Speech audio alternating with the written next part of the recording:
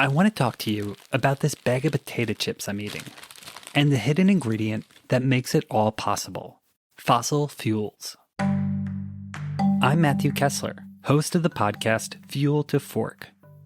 From the diesel powering the tractors, to the gas used for cooking, to the plastic packaging, fossil fuels are working behind the scenes. For many of us, how fossil fuels are integrated across the food chain is highly invisible. For every calorie that ends up on a plate, 10 calories of fossil fuel are used. In Fuel to Fork, we talk to farmers, chefs, scientists, and campaigners about how we got here, what are the options to phase out fossil fuels, and the powerful forces that stand in the way. Find Fuel to Fork wherever you listen to podcasts. I'm really excited to share this new podcast series with you, Fuel to Fork. This past year, Tables teamed up with the International Panel of Experts on Sustainable Food Systems and the Global Alliance for the Future of Food. Here we expose where fossil fuels are in our food and imagine a world without them. It's a fascinating and a pretty unexplored angle. You might be thinking, this sounds really interesting. Where can I listen? Right here on the feed. Starting later this month, we'll be releasing weekly episodes through November. Now, onto the last episode of our nature season.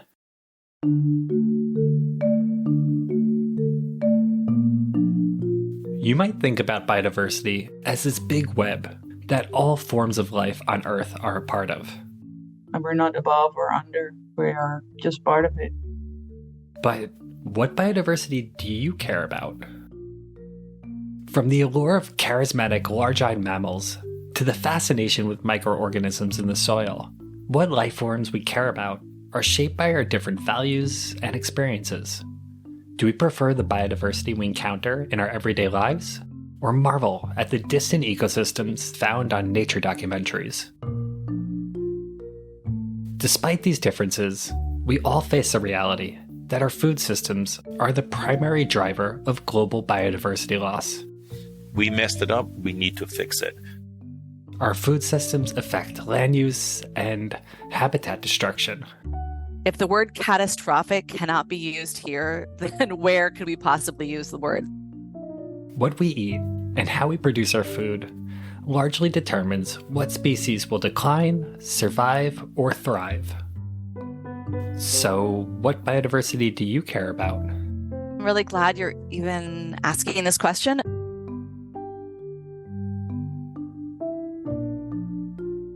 Welcome to Feed, a food systems podcast presented by Table. I'm Matthew Kessler. This is the final episode in our nature season. Here we ask farmers, biophysical modelers, biologists, and ecologists about the biodiversity they care most about and how food systems can support them, trying not to look only through a human-centered point of view. Starting with the big picture, we turn to Anna Lappé, Executive Director of Global Alliance for the Future of Food. You've met her in the first episode of the Nature season. Anna Lappé's first point is that we urgently need to get conversations about our food systems on one hand and biodiversity on the other out of their silos. So I think it's really important to bring them together because what we know from the evidence is that our global food systems are one of the key drivers of biodiversity collapse. And at the same time, we know that reinvesting in models of food and farming that promote biodiversity are one of the key strategies for protecting biodiversity. Conversations about biodiversity loss depend on your historical vantage point. But if you look at the last, say, 100 years, the loss of biodiversity in our agricultural fields, our forests, what shows up on our plates, and in turn, what shows up in our gut microbiome, you can scientifically track the significant loss of diverse plant and animal species. And of course, you can zoom in and look at an individual species or a family. Anna turns her attention to what some have called the insect apocalypse. There was a meta-analysis a couple of years ago that looked at insect collapse worldwide and found a number of drivers. And really, if you look at the biggest ones, they all came back to food. So there were things like the expansion of monoculture agriculture that essentially create food deserts for insects, or the heightened use of pesticides around the world, really decimating insect populations. So we know food systems today are playing this huge role in impacting biodiversity. And it's one of the reasons I'm so passionate about trying to promote food systems that do the opposite, that again, promote biodiversity as opposed to destroy it. Biodiversity comes in almost endless varieties. As individuals, it can almost feel overwhelming to know what can we do to help reverse global biodiversity loss. Els Heger is a small-scale farmer in a small town of Zwick in the Netherlands, playing her own part. We have a windmill next to my house, so very Dutch. I have a self-harvesting, small market garden, community supported. When we talk, it's winter, and Els can't offer aubergines or courgettes to her customers. But that doesn't matter. People forget, about seasonality. On my farm, because I'm small, I can connect to people and I can take them on this journey in the garden and through the seasons. It all started in 2017 with the first seeds, and then the pigs followed, and then chickens. Now Els runs what is mostly a vegetable farm, with a few chickens for eggs. Her customers pay for the season up front, and then they come and harvest themselves. Right now, she has 11 volunteers helping her out on the farm, with 60 families harvesting from it. And there's this whole sense of community that's arising. Els describes her farm, surrounded by bushes and trees, bursting with life. Some water features for frogs and toads, flowers that attract pollinating insects and birds, integrated with 60 to 70 different kinds of crops that are all planted in rows. I have signs in the garden, and I also even have QR codes for people how to harvest. So I made little movies of all the vegetables, how to harvest. So it's a balance between what's the most beautiful and what's also tenable for us and for the customers. So I'm trying to create as much life as possible. When you're planning your next farming season, when you're thinking ahead about the year or the next few years or decade, what biodiversity or what species are you thinking about? Well, I really like things to grow organically. Sometimes things develop themselves that I didn't think of. And when I see how the soil is bursting with life now, I think that the combination of so many different crops and so many different flowers is really beneficial. And I'm also planting and planning more perennial crops, so small bushes and some fruit trees, to allow for a different network of mycelia underground, but not too many, because it's always a little bit of a balance between what the annual crops need and the perennial crops.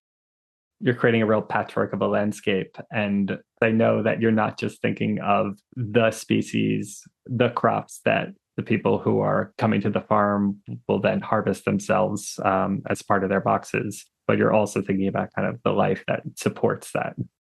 Absolutely. For me, the one doesn't go without the other. How do you think of the human? Where does the human sit in this web of nature? Because I think people have different understandings of what humans' roles are in different ecosystems, whether they're on equal footing, above other species, below other species. Yeah, I definitely think that humans are custodial species. So we are part of a big web, and we're not above or under. We are just part of it. I think every species in a system or within the Earth system has its own responsibility. Our responsibility as humans comes with taking care of our environment. By harvesting in that environment, we create, because there's a lot of species that flourish with the existence of humans. And we have this view of true nature being there without humans. And I think that's such a fallacy. Els wishes we could more broadly rethink how we produce our food. The way she sees it, we've created a ravine between us as humans and all other life on the planet. and we see food only as a commodity, when in reality, it's so much more. It's a cultural thing. And look at all the cultures around the world, what they feed themselves with. And it's a social thing. I cannot think of any social event without food. And food is something to share. It's not only our food, it's also food of so many other animals and plants. And by looking at food as a commodity, I think we're undressing something that is so worthwhile and so complex and so rich that we are forgetting about all the connections that are there between us and all the other life forms.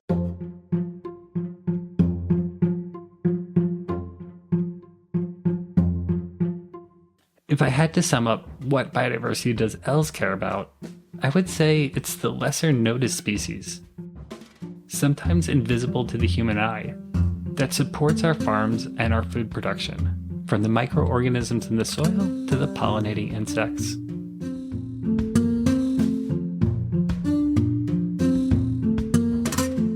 Back to Anna Lappé, Director of the Global Alliance for the Future of Food. The insect apocalypse is a term that really hasn't caught on, but in the circles that are aware of it, that is maybe one of the most frightening things that we hear today. I couldn't agree more. I interviewed one of the lead authors for this meta-analysis about insect collapse, Francisco Bayo Sanchez, and I asked him if he got any pushback about his findings, which were, again, pretty alarming, about pulling together all this data from really micro studies around the world, and then you pull it together and you see a pretty alarming trend. If business as usual continues, we're looking toward what he described as real insect apocalypse. Catastrophic decline is how he put it.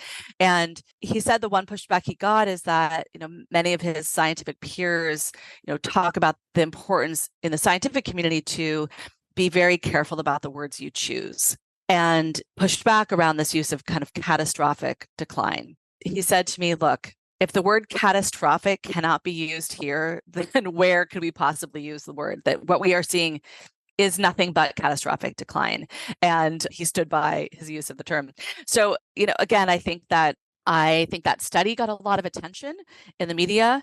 Did it translate into policymakers really waking up and realizing that we really need to have major turnaround in terms of the kind of food and agriculture environments that we're incentivizing? We haven't seen that yet, sadly. But I think it's really important for us to keep raising the alarm, because we absolutely, absolutely need to address this link between our global food systems and biodiversity.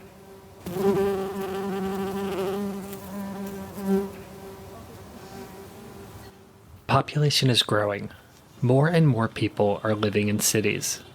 Many call for us to continue these trends of intensifying agricultural production, using less land and fewer resources to produce more food, so we don't need to expand agricultural land. Others believe that nature conservation and agriculture don't have to be separate. Yeah, I think it's very much an ideological battle. Silvia Cuerta works at Camp Altiplano, one of the ecosystem restoration communities in the south of Spain. She finds that this ideological battle over what food systems are best for biodiversity at large can lead to a research selection bias. What I mean is, everyone finds their arguments and evidence to support the conclusions they're looking for. But to her, it's clear that when we separate nature from agriculture, when urban populations lose their connections with where their food comes from, she finds it quite destructive. Because you create huge spaces of land where there's zero biodiversity, which means that you have deserts in between some hotspots, which means those hotspots are also not connected anymore, which means there's no exchange anymore, and you're reducing the connections, you're reducing the diversity. I'm quite sure that's not the way to go. And I'm quite sure we can do intensification on a different scale. So instead of thinking of making things bigger and more industrial, maybe we can make things smaller and more diverse and more intense in the small scale, so you have more of everything in a smaller place and more of this size everywhere. Sylvia works at La Juncaro farm. Over the past 10 years, it's transitioned from a farm covered in cereal production to a regenerative farm. Now it's over 1,000 hectares with lots of biodiversity. Aromatics, pistachios, almond trees, an apple orchard, and multiple ecosystem restoration projects. It's kind of a hub for research and experimentation around this restoration work and regenerative agriculture. We go on a mini tour of the farm. There's usually a lot of sun and a lot of wind. As we drive into the farm, actually, you can see different managements of the land. And when you reach Campo Altiplano, it's basically a quite stunning, lush area compared to all the rest. You see the water source. There's a pond with water, which means that there's green grasses all around it, which means there's usually quite a lot of birds. I've seen herons the other day. And then we would drive through a windy road that goes up into a more hilly area where we see a cereal field where swales have been dug. Those are water infiltration infrastructures, basically, to retain water and soil on the land. Winding trenches create a kind of cut in the monocultures. They're dug out on contour lines to slow the flow of water. In these trenches, they planted aromatics, fragrant and functional plants and flowers, alongside almond trees. When you get to the top of the hill, you can see a 360-degree panorama view of the landscape. Very little life around you, which is human life, let's say. Although most of it's farmed. And then we would drive down into the vineyard, which is planted only a couple of years ago.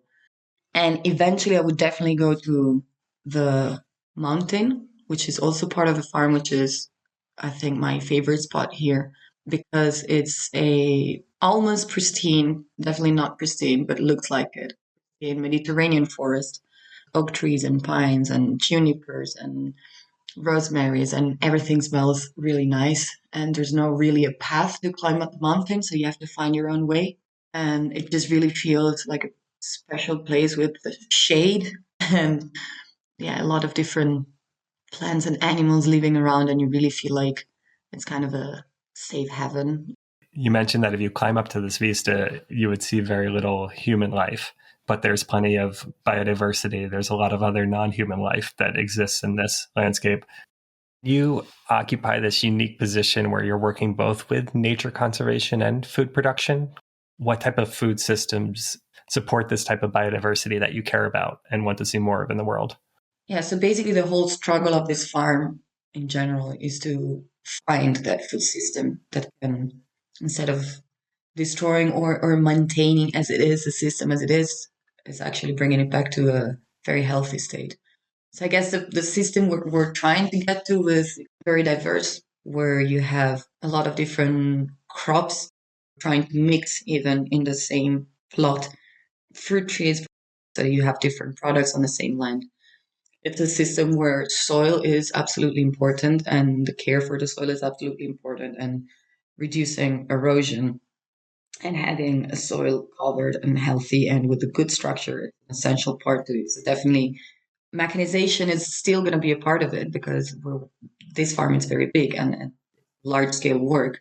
But instead of, for example, plowing 7 times a year, as it happens on most cereal fields around here, maybe a couple of times. Maybe the need of external outputs is reduced. Of course, when you're adding compost or any kind of fertilizer, it comes as much as possible from what you have on the land. And hopefully you would have some animals too. Here we have cows and some horses, and we're actually producing our own compost. And the same goes for the seeds, which I think is a super essential part of the whole process, working with local varieties, producing as much as possible your own seeds. Sylvia's vision of the farm La Junquera in the south of Spain is an extremely diverse and biodiverse one, breaking the separation between nature and agriculture as much as possible. Making it more of a mosaic and making it more of a mix. And also, I think as much as possible, a bit more small scale, because that also entails the ownership side. And I think a system which is more resilient is also a system that involves more people in its production and its ownership, so that it can actually support more rather than few.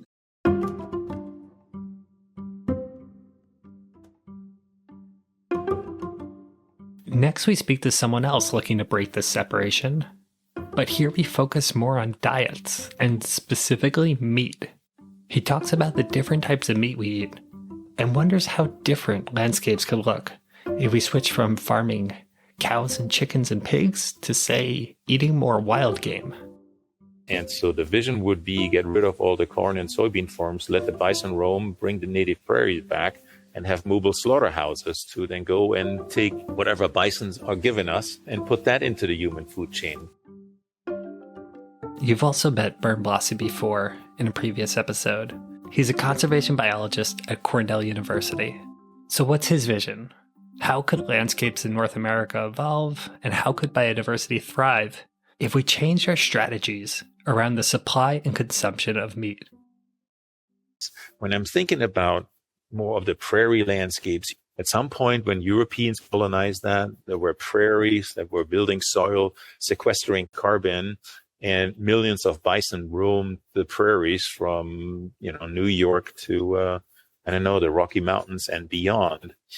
And then Europeans thought, we can do better and we need to farm and slaughter all the bison to reduce Native American populations that were feeding on them. And then we grow corn and soybean. And that seems like a real stupid idea for many, many different reasons. Bernd Blasi wonders if we can switch over to eating more wild game, both managed bison on the prairies and the overpopulated deer that have grown to such abundance in the North American forests. Can that be done at the quantity that we would need for those that want to eat meat? That's a calculation that somebody needs to do, right? But the efforts are underway, driven a lot by Native Americans that established bison collaboratives where this is exactly what they're trying to do. And it's a wonderful vision. Why should you just farm corn and soybeans and put fertilizer out there that ends up in the Gulf of Mexico and does dead zones there so you can't do shellfish fishing anymore? And instead have bison and prairies sequester carbon, help with climate change, provide food and habitat for lots of different species. Reframing our relationship to nature and the attitudes that we have about it and the way that we go about taking resources for our use of a landscape that can be much healthier than it is now, providing opportunities for lots of different species and us as well to thrive.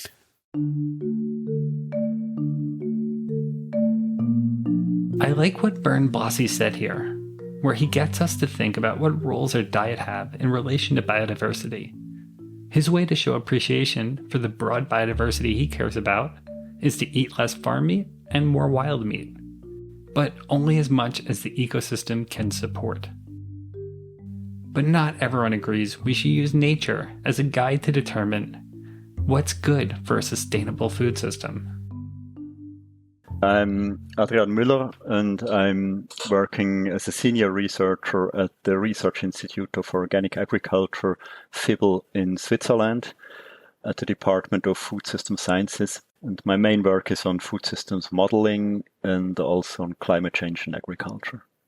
So as we've talked about in this season, we're exploring this idea of naturalness and how natural our food and farming systems should be. And this is something that I've seen in your research for perhaps the last decade or so, the fact that maybe people have an attachment to naturalness, but you're quite interested in looking at a range of, say, sustainable agricultural practices.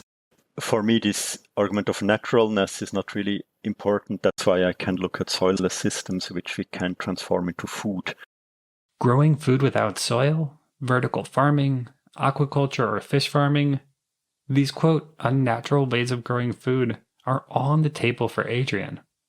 So basically anything that converts inputs in some biomass outputs, which we can transform into food, can play a role in sustainable food systems. And then the sustainability is less given by how this transformation takes place than which inputs does it need and which impacts does it have. So for me, Also, a vertical farm without soils can play a role in sustainable food systems. So we've invited quite a wide range of people onto the podcast, and we certainly have the people who kind of put forward the more organic agroecology as this way forward for food systems. But we haven't heard quite as much on the, say, vertical farming, farming without soil, farming indoors more generally. Can you make the argument why that might play an important role in future food systems? I think we just need the biggest diversity possible within some sustainability restrictions. And that's why I think looking at something more is rather better than something less, and then to decide whether it fits or not. That's why I can look at soilless systems and all this. And it was triggered via some work we did here in Switzerland on how to utilize drained organic soils, where Switzerland has quite a lot of intensive vegetable production. And in this context, I learned that one option, quite a radical option, could be to re-wet quite some of these areas and to try to do some of the vegetables which you can in vertical farms. Why not putting some vertical farms there, which is not a really a realistic option, but just to think about it, it would make sense from certain aspects of sustainability, I think, in Switzerland. You said it's not a realistic option. What's making you say that? Is it the politics, economics, maybe a broader lack of imagination? Well, maybe it's not less realistic than aiming for a world with 50% of organic or so, or for a world where we have only 10% of the pig production we have today. That's true. It's just, yeah, it's visionary. Maybe it's not unrealistic, but just to be put in a visionary context. I'm curious to get your perspective here as a biophysical modeler. What sort of patchwork would you be interested in seeing in the future of food? What areas might be better suited for different types of production? The first thing I imagine is a smaller food system measured in not necessarily in workforce, but or number of farms or areas, but in throughput of nutrients and biomass to open up room for less intensive production systems.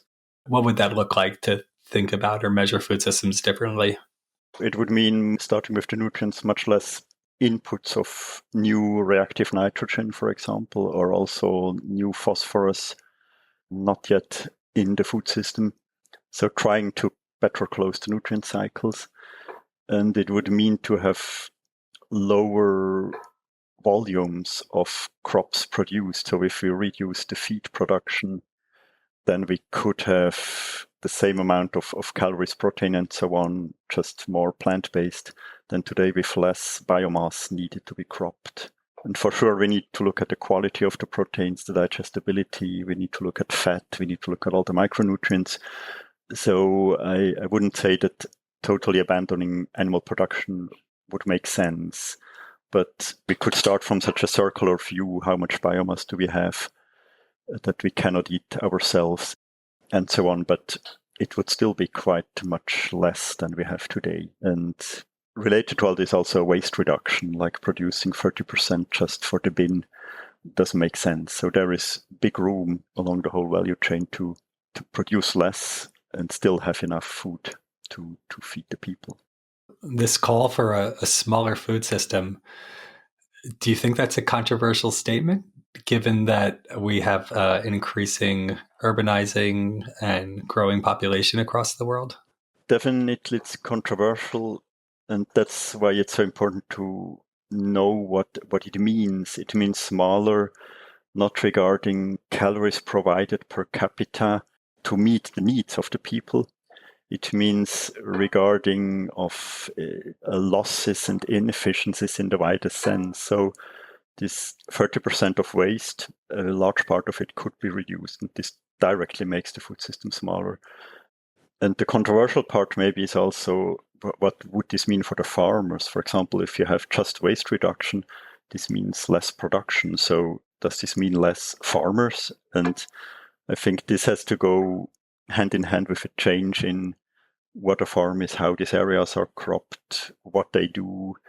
And I think if it's more diverse also in the landscape, it will tend to become not easier to do. So maybe we need a different type of mechanization, for example. I always think maybe the digitalization can also help to make really diverse production systems. And for all this, you would still need people doing it.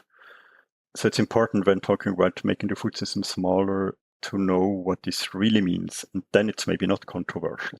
This is where I like talking to you, and I know you're a modeler and you're a systems thinker, so you can take this statement, let's make the food system smaller, and say, okay, that doesn't mean we don't increase organic production, which might use some more land, because we're taking out inefficiencies in other parts of the system. And also perhaps we're looking at a wider range of solutions that includes growing food indoors. Yeah.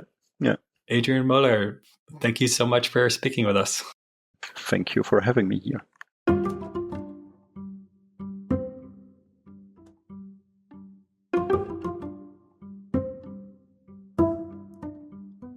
Look, I personally find something compelling about what everyone here is saying. I've worked on smaller scale farms and saved those seeds and traded it with people in the community. And there's something that resonates with me on an emotional level about that. To feel the role of being a steward of the earth and leaving your little place on the planet better than when you left it. And there's also something quite resilient about that model. But are there enough people that want to be farmers that could support a vision of that food system scaled out?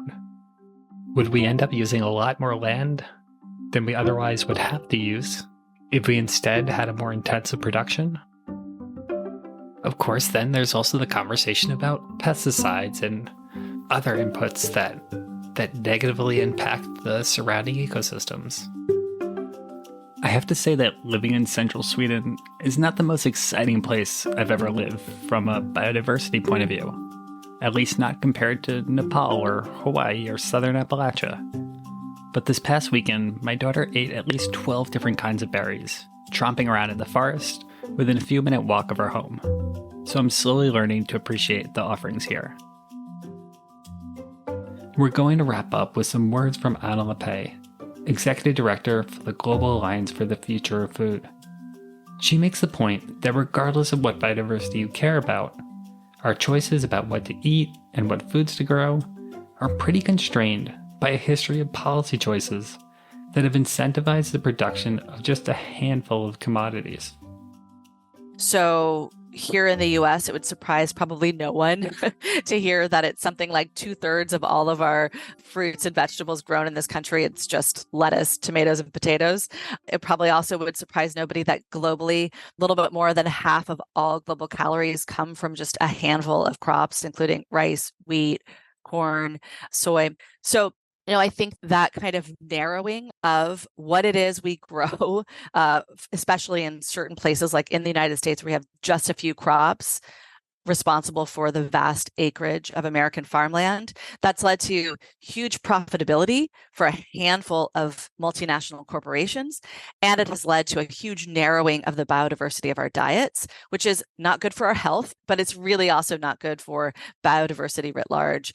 And I think it's important, again, to be sure when we talk about biodiversity, we knit that conversation together with human health. We knit that conversation together with climate, that these things are not disconnected, and that it's really important to have that kind of unified systemic conversation.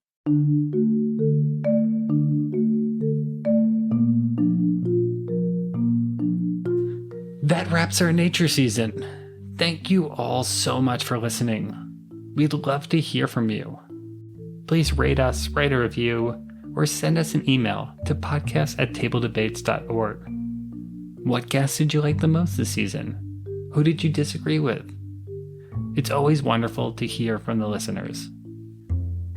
This episode was edited by Ilva Karlquist-Varnborg and myself, Matthew Kessler. Special thanks to Rachel Headings, Tara Garnett, and the rest of the Table team. Table is a collaboration of the University of Oxford, Swedish University of Agricultural Sciences, Wageningen University in the Netherlands, University of the Andes in Colombia, National Autonomous University of Mexico, and Cornell University.